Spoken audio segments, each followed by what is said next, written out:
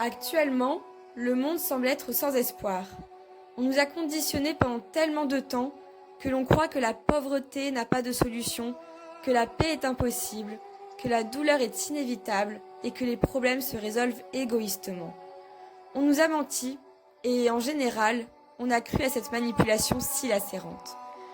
Quelque chose est cependant en train de se passer sur cette scène d'égoïsme humain. Quelque chose qui change ce paradigme et qui nous accompagne sur le chemin vers une nouvelle humanité.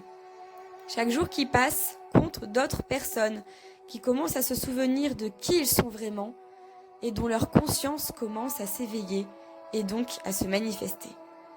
Chaque personne qui vibre sur cette douce fréquence peut allumer une lumière très forte grâce à laquelle cette influence, remplie de sérénité, peut littéralement lier positivement environ 5000 personnes qui sont coincées ou encore accrochées à la négativité et à l'obscurité.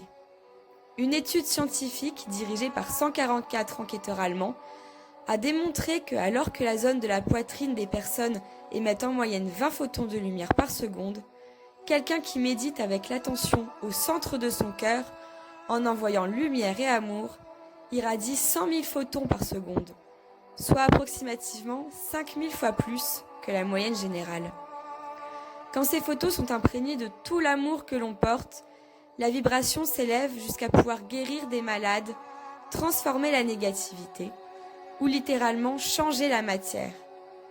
Quand les groupes de méditation qui émettent lumière et amour se rejoignent, le résultat est alors exponentiel.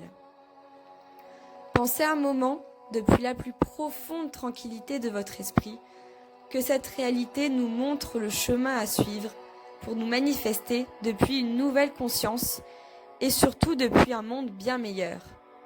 En prenant en compte cette réalité, de laquelle tout est énergie, la seule chose que nous devons faire est de changer consciencieusement. Le moment, c'est maintenant. Le long voyage de notre bagage évolutif arrive à sa libération à travers la personnification de la conscience supérieure. Les bonnes intentions ne sont pas suffisantes. Le changement doit venir de la base, la conscience, le champ magnétique. Pour cela, jamais auparavant nous avons eu dans notre histoire autant d'âmes se réveillant en même temps face à la vérité que nous sommes des êtres de lumière, utilisant le potentiel pour transformer notre réalité. Ce changement nécessite beaucoup plus que de belles paroles. En plus de la connaissance de soi, nous avons besoin de manifester consciencieusement l'expérience de la compassion et de l'amour à toutes les personnes et plus spécialement à celles qui en ont le plus besoin. Nous devons visualiser ce que nous voulons être.